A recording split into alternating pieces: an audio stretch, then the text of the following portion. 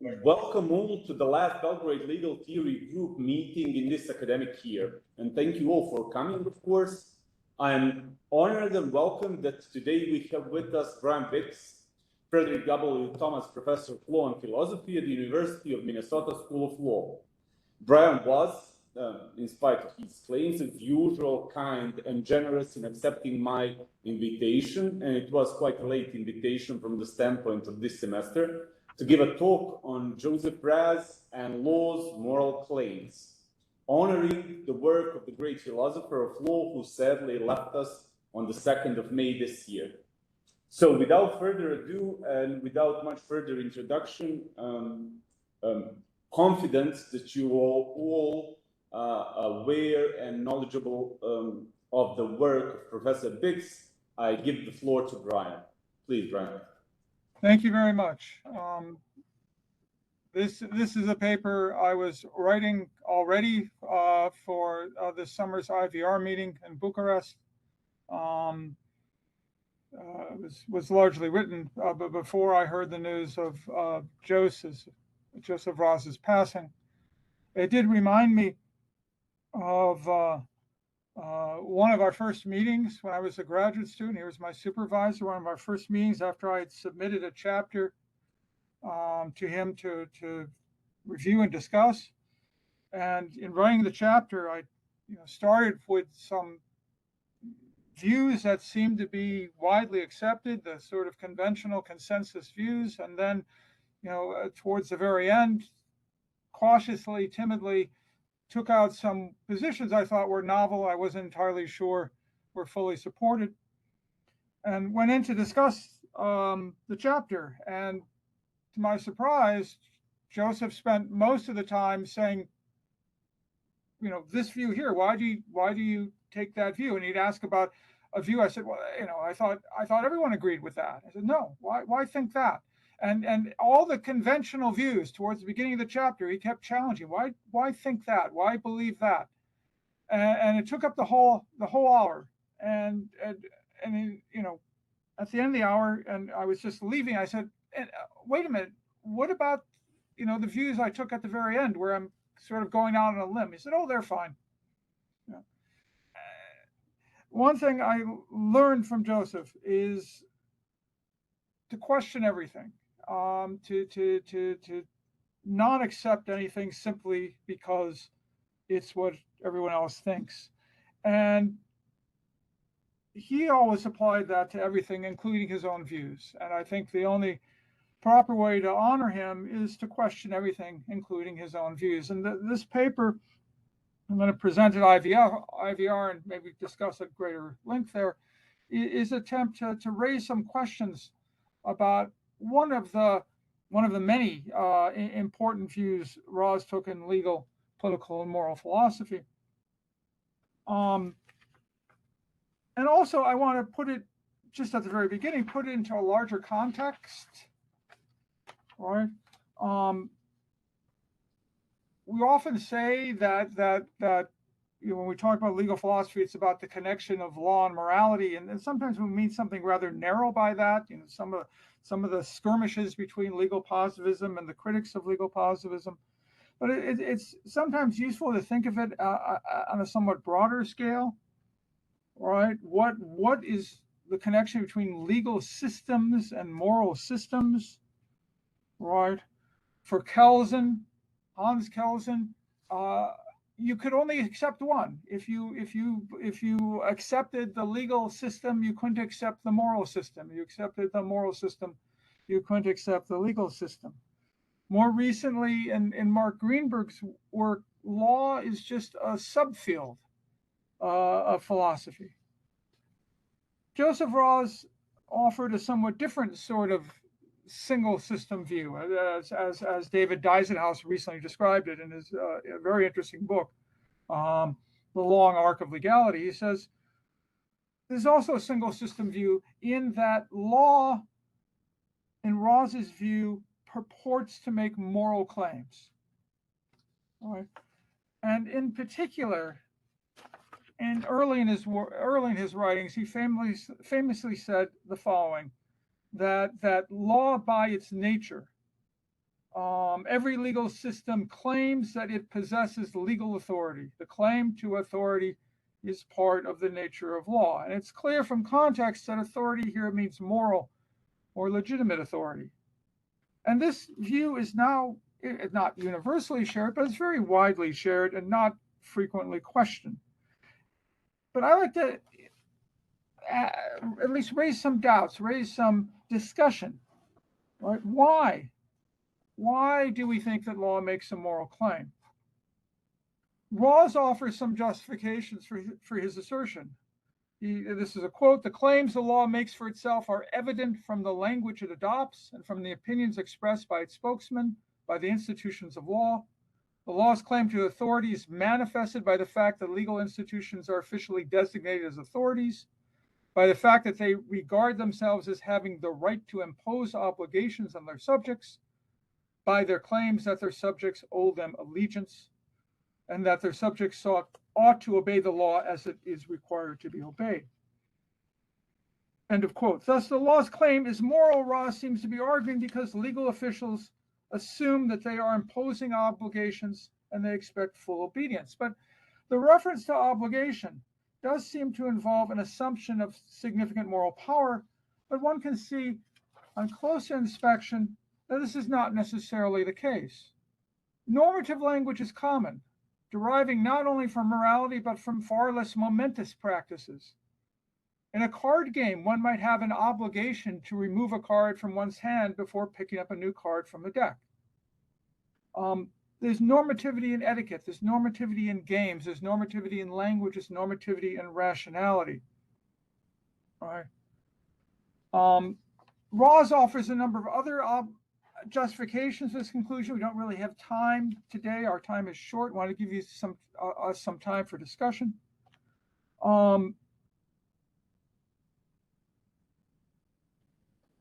Rawls's argument is essentially that one would not speak about another person having an obligation unless it was a moral obligation.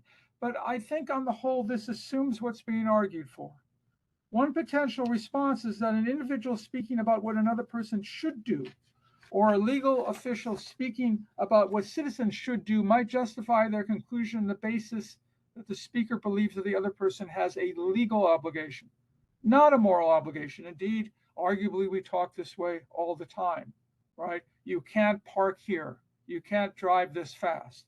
I'm not sure we're all making moral claims here. I think we're often making legal claims.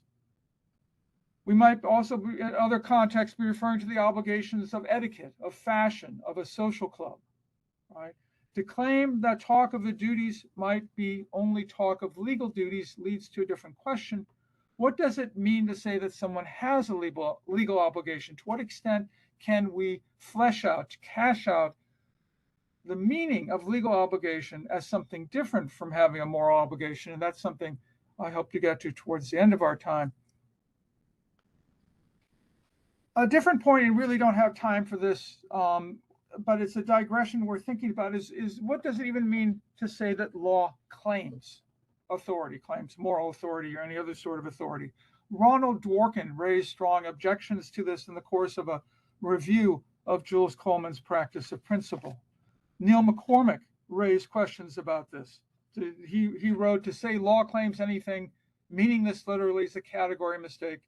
There's no entity law which is capable of performing speech acts of this sort." Perhaps reference to law's claims should be understood simply as the claims legal officials make on behalf of their legal system. John Gardner argued along those lines.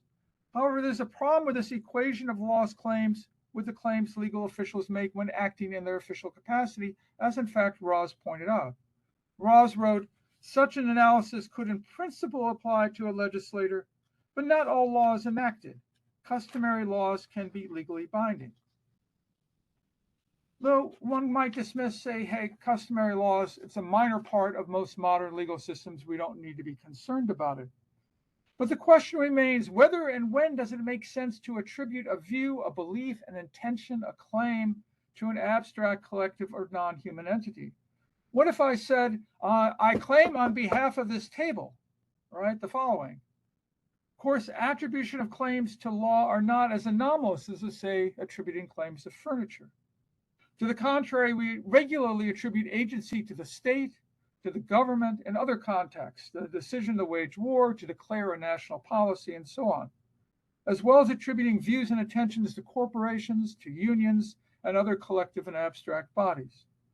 This is not to dismiss the strangeness of these attributions, only to note that one should not dismiss agentic characterizations for collective bodies and abstract entities while accepting it for others, at least not without a more detailed explanation of why some characterizations are acceptable while others are not. And so this is, again, a topic worth investigating, but I'm not going to push it further today.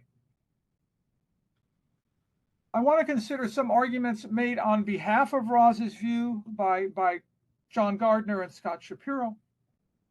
Gardner's argument, I think, is really quite ingenious. He says law makes a claim. A claim is something that can be true or false. However, if law was held to claim, for example, that certain people had legal rights and obligations, such a claim would always be true. It's true by definition. However, a claim that is always true cannot be really a claim, Gardner argues. Therefore, law's claim must be of another kind. Okay. In response to Gardner, there are two moves you can make, right? The first is you can say, well, obviously any particular legal official might be mistaken regarding the claims made on behalf of law. A judge's decision interpreting a statute or a constitutional provision might be rejected on appeal or by a later decision at the same level as having been mistaken. But if one speaks of law's claims, this must refer to the final view of the legal system, however one might view this. And in such cases, Gardner does seem to be right, that the law, in making its final claims, must be right about what is legally required by definition. But I think a different response is possible, right? Consider an example from moral philosophy. One long-standing theory of morality and religion holds that what is morally right is what is constituted by what God prescribes, what God commands. This is known as, as familiar as the divine command theory. Accepting this approach to morality and religion as true for the purposes of this analysis, notice the surface and structural similarities with law. When God commands, what God commands is morally right by definition. God is not making a claim about what morality requires, right? In terms analogous to Gardner's analysis, God cannot be wrong about what morality requires, just as the law cannot be wrong about what is legally required. The legal system, through the actions of legal officials, constitutes the legal rights and duties of the system. Law is not expressing a view. Law is not making a claim in that sense any more than under divine command theory, God is expressing a view about what is morally right. There's nothing either surprising or problematic about law's infallibility regarding legal truth. And there is nothing in that infallibility that requires us to conclude that law is making a claim about something entirely different. I think we'll skip over Scott Shapiro's response again to leave more time for discussion.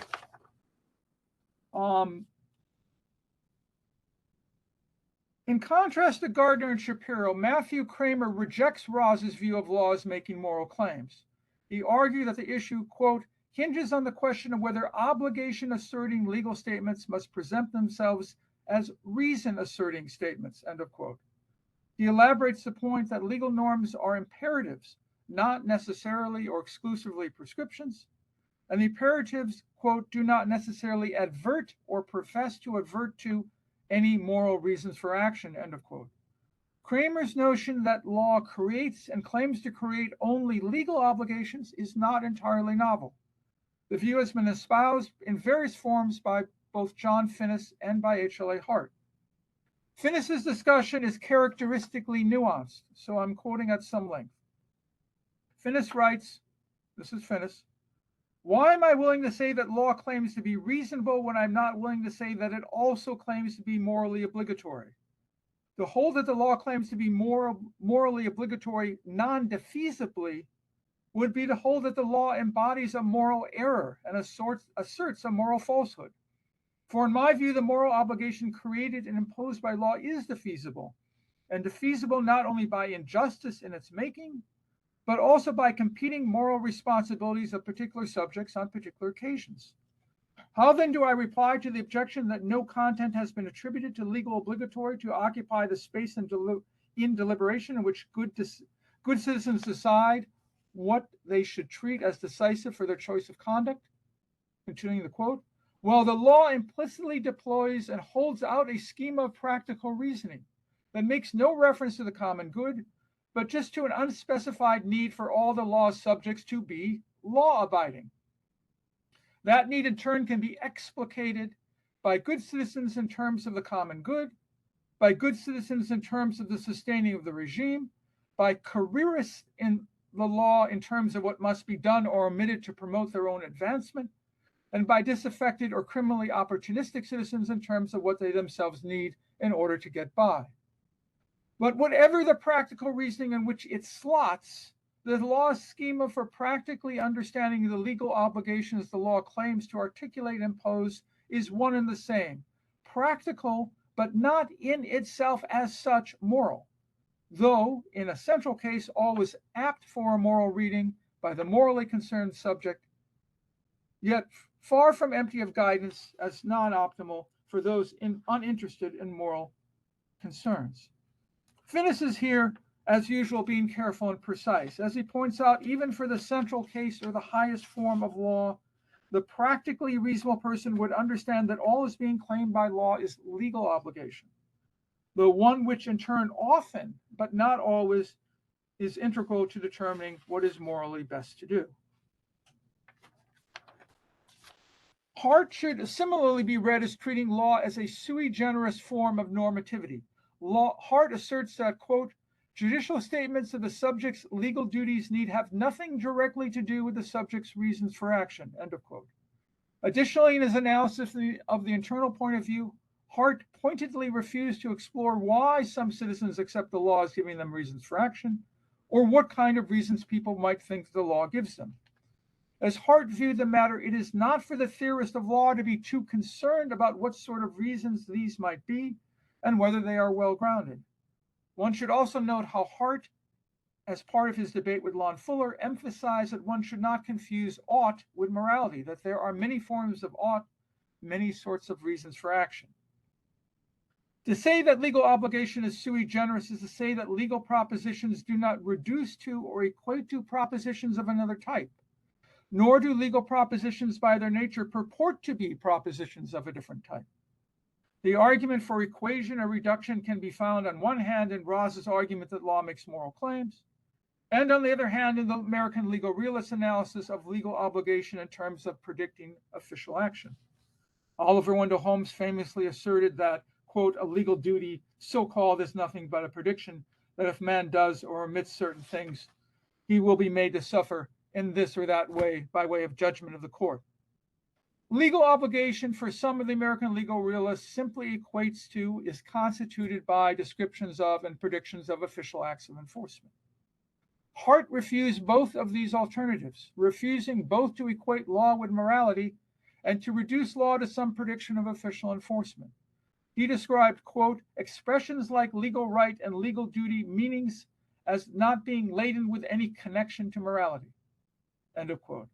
And he argued something can be, quote, an authoritative legal reason, unquote, without assuming anything about the moral content of the norm in question or the institution that promulgated it. Rawls argued that law should be understood in terms of moral claims and that law does so necessarily by its nature as law. This view has become widely accepted in such a way that in many circles it is accepted without argument and even without much explanation. I think that much more work needs to be done in clarifying the idea of law making claims at all, including constructing better responses to the challenges raised by McCormick, Dworkin, and others.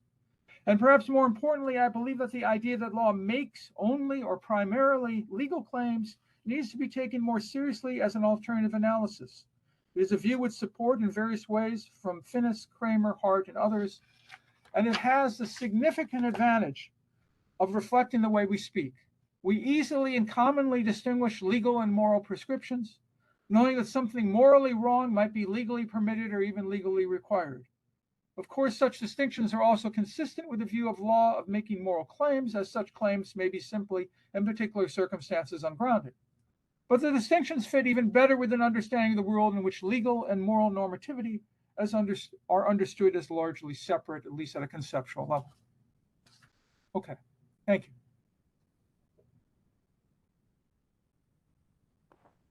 Thank you, Brian, for the very interesting and inspiring talk. So, like you saw, as for all those of you who are here with us for the first time on Belgrade Legal Theory Group meetings, you can raise your virtual hand to ask questions, and I'll give you the floor in order of appearance. As usual, keep your questions short and up to point. Yes. So, Sava has the first question. Go ahead, Sava, unmute yourself. Okay. Hello, Brian. Thank you for the lecture. There's a lot of interesting things and theses, so I'm just going to focus on some of the stuff which I found quite confusing and also interesting when reading Raz in general. So regarding his famous preemptive thesis, what inspired me is the idea that his second order reasons, or the idea that when an authoritative decision has its authority, it actually excludes all other practical reasons or moral reasons in this case, which means that we shouldn't evaluate every decision in itself, rather just rely on its authoritative nature. And if I recall correctly, Raz states that those reasons cannot be combined. It's either the authority itself, which is binding, or on the other hand, the moral justification of a decision. But it seems to me, and I would like to hear what's your take on that thesis, is whether or not these reasons could actually be combined, meaning that we could rely in one part on the authority in itself, and on the other hand, have some sort of a justification for that legal decision or order. And my second question is, it seems to me also, and I believe that Professor Miodrag applied this argument in his book, The Nature of International Law, stating that it leads to a paradox if we say that from the perspective of Raz's analysis of practical rationality, if we do not follow rules with intention, meaning we should evaluate them. If we don't do that, then it leads to non-normativity. But on the other hand, if we follow legal rules with intention, then that doesn't make them independent reasons. So it could be some sort of a paradox, if you understood me, of course. Yes, well, I think we could spend a semester on one or both of those questions. So Raz's point about authority is a general analysis of authority, right? What does it mean to be a practical or theoretical authority? And keep in mind that when Raz talks about the law, on one hand, he states that law by its nature claims to be a legitimate authority. And on the other hand, he writes a number of articles in which he says that law almost always fails to be a general legitimate authority, that at most, in Raz's work on the moral obligation to obey the law, he consistently holds that at most, some people, some of the time, for some rules, have a moral obligation to do as the law tells them, right? So I don't know where we'd like to start. Not everyone accepts Raz's argument about the nature of authority. Lots of people don't accept his analysis of how law should work in our process of practical reasoning, that law should be a strong reason, but not necessarily one that has second order effects preempting other reasons. I would point out that they don't, from Rawls on one hand or Hobbes on the other, no one claims that all reasons are preempted or excluded, that there are always some reasons that remain, even for legitimate authority, even for a legitimate sovereign. Again, I'm not quite sure where we should go with this. It's a very large topic, and I don't have any distinctive views on Rawls's claim for authority, other than to point out that it's consistent. It is consistent within his own work for claiming, on the whole, for most of us, making our practical decision whether to act in accordance to what the law tells us, that we shouldn't treat the law that way. And I must admit, I didn't entirely follow the second question, that there's a paradox that if we follow the law, it's not a reason, but if we don't follow the law, it is. I'm not quite catching the discussion there. No, if we just. I read Miodrag's parts of Miodrag's book in manuscript, but I was younger then, and I've since forgotten a great deal. Yeah, of course. I just wanted to say that if, from Rawls's perspective of practical rationality, a reason is a decision is normative if we follow it when practically reasoning whether or not it should be complied with. Yeah. But on the other hand, if we follow the preemptive thesis, it seems that it excludes practical reasoning from it and leads to a paradox that it's not normative at all. Yeah. Well, Rawls's discussion of authority, is part of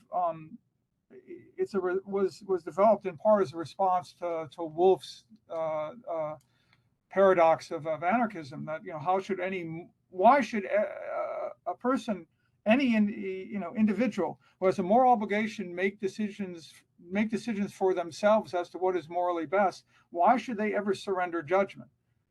And Rawls's response is there are circumstances where you can make a rational decision that you shouldn't be making the rational decision, right? You can decide that, one line of examples is if, you're really tired, or you're that you've taken some medicine that affects your judgment, or that you're under strong, forces of bias, that this would be a good circumstance to hand over the decision to someone else. But there are also examples where someone else has greater expertise. So one of the examples of situations where Rawls says you may have a moral obligation to do as the law says is if the law is based on scientific expertise greater than you have, right? I don't know much about fighting water pollution and air pollution. And if I'm confident that our government isn't just selling out to the lobbyists, but have actually conferred with real scientific experts and said, this is what we should do to fight climate change or air pollution or whatever, I have good reason to defer, because that's simply not an area where I know very much, and I'm more likely to do the right thing deferring to, indirectly to the experts than I am deciding for myself.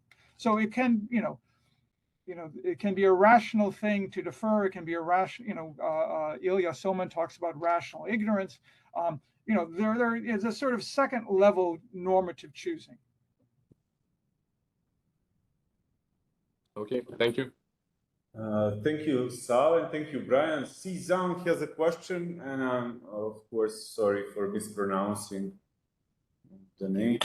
Yeah, thank you, Professor. Thank you, Professor Biggs. Good to see you again. So my question regards about some of your positive arguments about the legal normativity. So I appreciate your presentation today, which I believe is also a continuation of your arguments in some of the recent papers about legal obligation. So one is the nature of legal obligation in unpacking normativity, and another is some theoretical thoughts in the theory of legal obligation 2019. I'm not sure I'm making any progress, but that's why we invited you here, so you can help us move forward. Thank you so much. So my question is, as a student and a reader, I'm quite convinced by your defensive argument that law, legal obligation, legal normativity might be using your terminology, they are generous and independent. Sui generis, yeah. Yeah, an independent, a distinctive from the moral obligation and moral normativity. What I'm not that convinced, or I'm really curious to hear more, is about what is on earth the distinctiveness and the proposition content of legal normativity, either in your mind or your understanding or interpretation of art. I think in the essay on Bentham, the 1928 books, Hart also well captured the distinctiveness between law, legal obligation, normal obligation. But as far as I'm concerned, he is also not that adequately capturing what is on earth the distinctiveness, the source or the propositional contents of legal normativity, if any, in his mind. And I also did not see that much in your defensive argument against other positivists as of the legal obligation being one part of the moral obligation. So that is my question. Would you like to elaborate a little bit more in a more positive manner? What might be the distinctiveness of legal normativity in your mind? Thank you so much. So I think in some ways this raises a general question, right? Is what does it mean to explain normativity, right? And the Scandinavian legal realists said we need something empirical or factual. So they said either, depending on the Scandinavian legal realist and which article or book we're talking about, they either would say that talks about legal rights or moral rights is either complete nonsense, or they said, there is something factual in the world that corresponds to it. It's a subjective psychological feeling of empowerment if you have a right, and bindingness if you have a duty, sort of magical thinking, but it's subjective magical thinking. Alf Ross said, no, it's none of the above. It's just sort of a placeholder. It's a placeholder between a series of factual predicates, what you have to do to get quote unquote ownership versus a series of factual consequence. What if you have quote unquote ownership, can you get in the world by way of official action, official consequences, right? American legal realists, very similar, said, rights just mean a prediction of what the officials will do. So that's one perfectly legitimate response. Is normativity, you have to push at it until find out how does it cash out, right? Bentham's notion that moral rights are nonsense on stilts because there's nothing you can point to in the world. There's a different line of responses by Tim Scanlon and a number of other people say, no, normativity is normativity, right? It's sort of a quasi-Wittgensteinian response, right? If there's a use and an understanding in the practice, then that's all we need, right? When I say, in etiquette, you can't wear that color before Labor Day, or in chess, that's not the right way to do it, or in a social club, that's simply not allowed, right? It's part of a practice that we understand. And similarly, legal normativity. Legal normativity means there's some background noise somewhere. But anyways, legal normativity is that there's a normative system, and in this case of law, and another case of morality, another case of chess or etiquette or fashion or whatever, and for which discussion of rights, duties, permissions, etc., fall out. And there's no further discussion needed, no further explanation needed. Now, obviously, by the question you asked, you're not comfortable with this sort of view, but I'm not yet convinced that I need to give an explanation further than legal rights, legal duties, legal permissions, etc., are simply what comes out of the legal normative system. So can I ask a very quick follow-up question? Thank you. So thanks, Professor Briggs. I thought if I understand you correctly, so the way that you try to articulate the distinctiveness of legal normativity, if any, is by virtue of its context in the law or legal order or the legal system, the context it provides.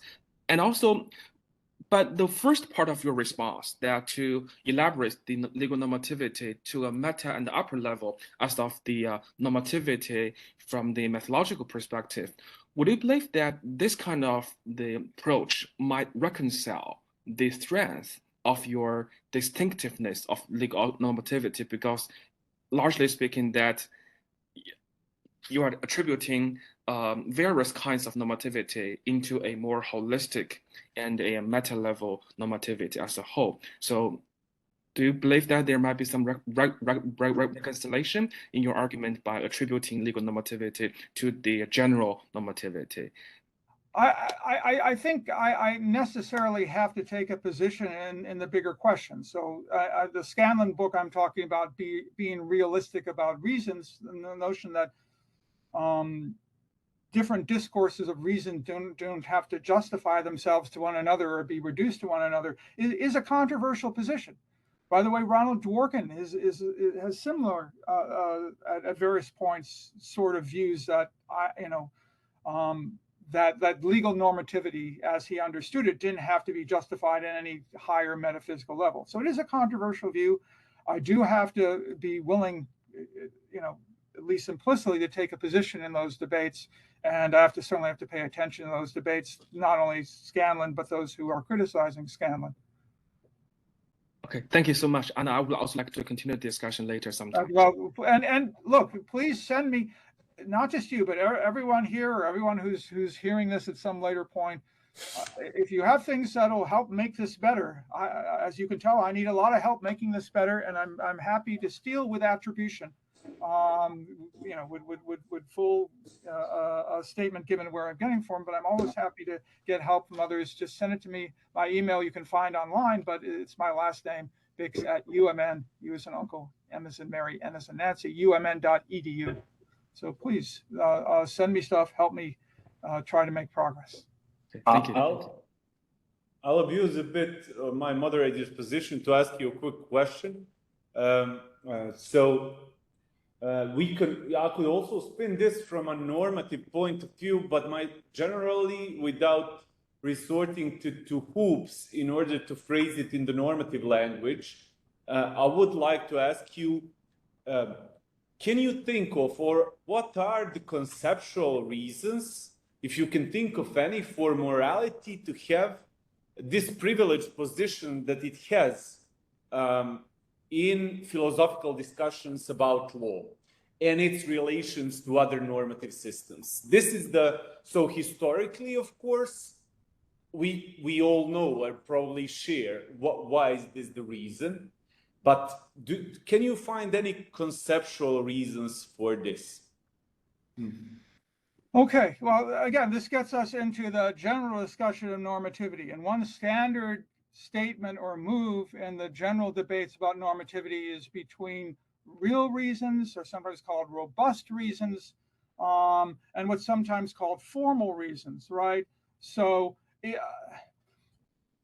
think of some religion you don't believe in. Maybe you don't believe in any religion, but just think of some religion you don't believe in. You can say in sort of Rawls's detached normativity statement, look, if you believed in X religion, you wouldn't eat that dish.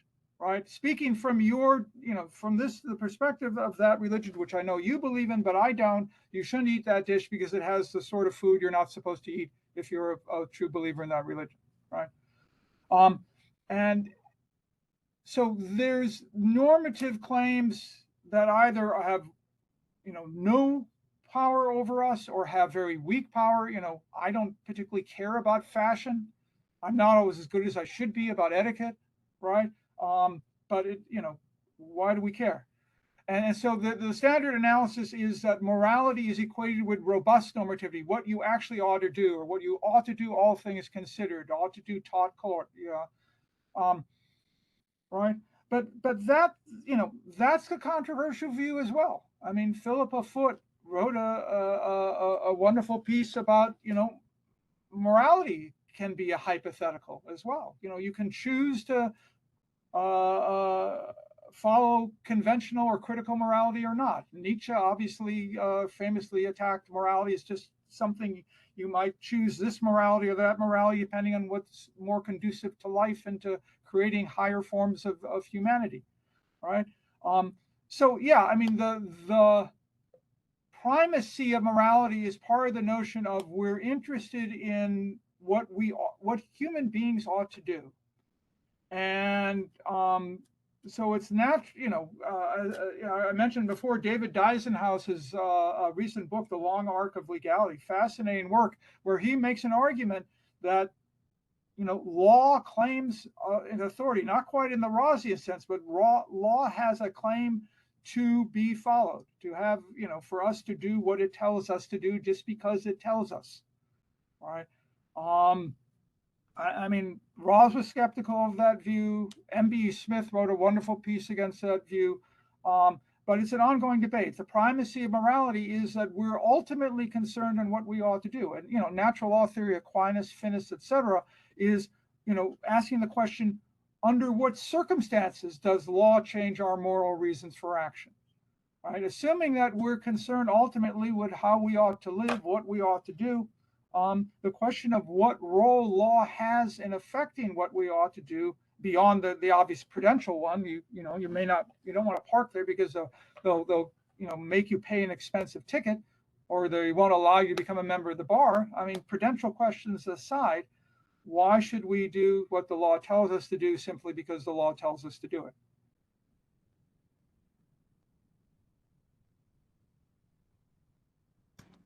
Okay. Thank you, Brian. Miodrag has a question. Yeah, thank you, Brian. Up to the point, I think that I agree with most of what you said, but let me just... Why don't we just stop there? This will be mostly to maybe to test what I'm about to speak in Bucharest. At this point, as far as I could understand you would subscribe to the thesis that normativity is the same all across different normative systems, and that there is nothing specific and different about normativity of law as such, and that normativity. I'm not sure I would put No. that first sentence under my name. Okay. I mean, I'm not saying the normativity of language is the same as normativity of law, which is the same as normativity of morality or religion. There's a family resemblance, but they're certainly not identical. Okay. Maybe in a thin sense of the word, that all normative orders purport to regulate our behavior, that they tend to tell us what to do or what not to do, in that sense, in that minimal sense of the word, that they are kind of alike. Yeah.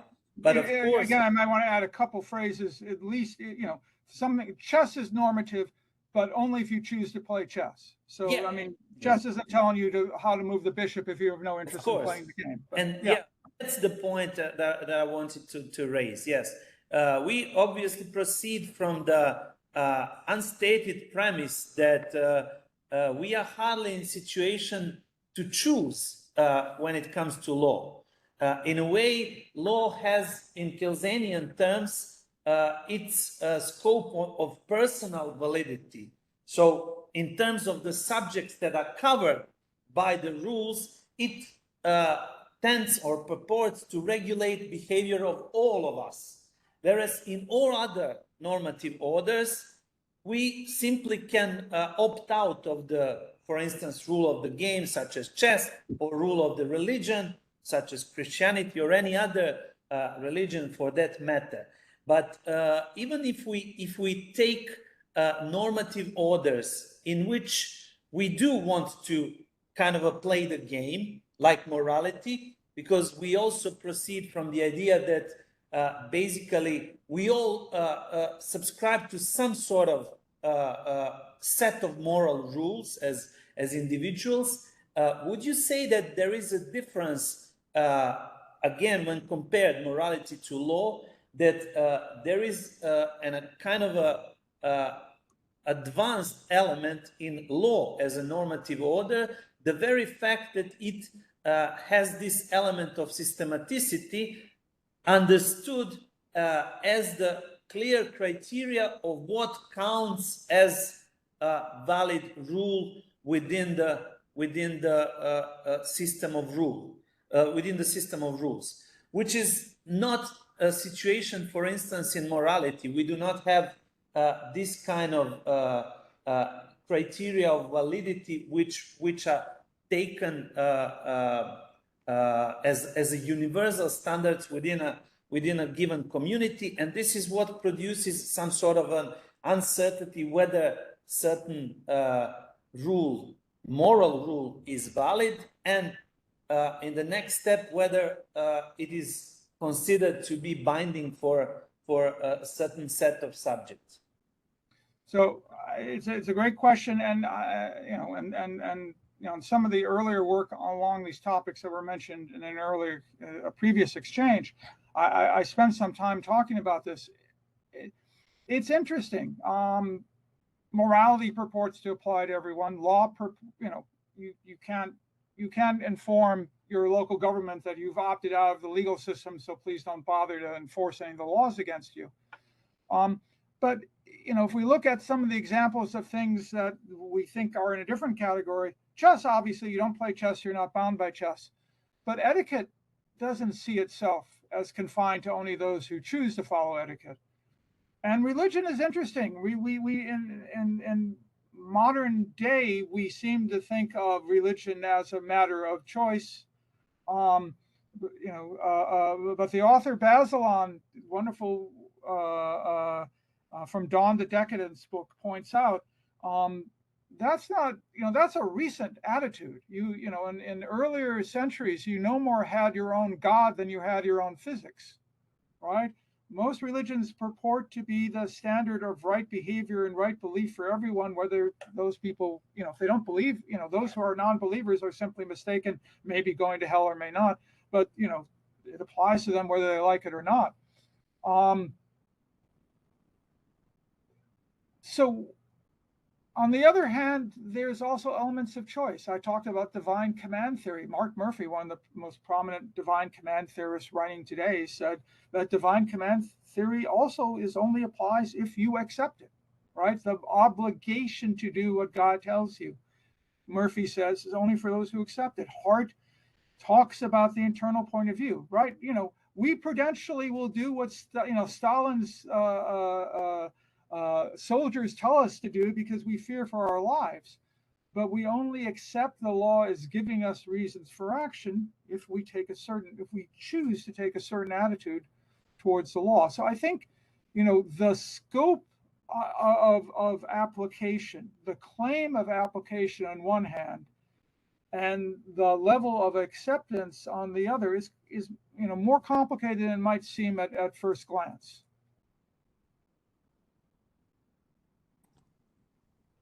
Alexander. Thanks, But I do look forward to. Hopefully, I'll be able to hear your paper. We don't have a conflict. We will definitely talk in Bucharest more on this. Alexander Prelec, Paladino. Alexander, the floor is yours. Hello, you hear me? Hi, I appreciated so much your presentation. Thank you. My PhD thesis is fully dedicated to the theory of authority by Raz. So here I'm. Can you answer the earlier question then? You are the authority, the theoretical authority of this topic. I hereby defer to you. Yeah, but I'm more interested today in the concept of legitimacy. So my question would be dedicated to the relation of the legitimacy concept of Raz to the morality part of the idea of authority. Let's say that his whole theory of authority is in a way an attempt of a general theory of creating a general theory of authority, and he says that a legitimate authority is the one that help subjects to comply better to the dependent reasons or to the directives and so on. We all know the dependent thesis. But he is also aware that there are a lot of situations when legitimate authorities does not succeed in this 100%. So there is this concept of legitimacy that is very, very curious, very interesting, that he developed as a part of his whole theory of authority, because he also gives the possibility to the subjects to have their own assessment of their own legitimate or not of the authority they have. So in a way, he's also he directs his theory to modern societies. Let's say there are some you can often see those parts where he actually has this positive attitude towards modern societies and extremely negative one towards less developed societies. So this is not less important part of his theory, because it affects those other parts in a significant way. So my question would be if we can consider his concept of legitimacy, does it depend on the morality of modern societies, as he also this assessment of subjects? Can we find some line that connects us to modern democracies? I mean, the short answer is I strongly suspect that this touches on material that you have read more closely and more recently than I have. I mean, it's been a long time since I read, for example, been a very long time since I read Morality of Freedom all the way through. I mean,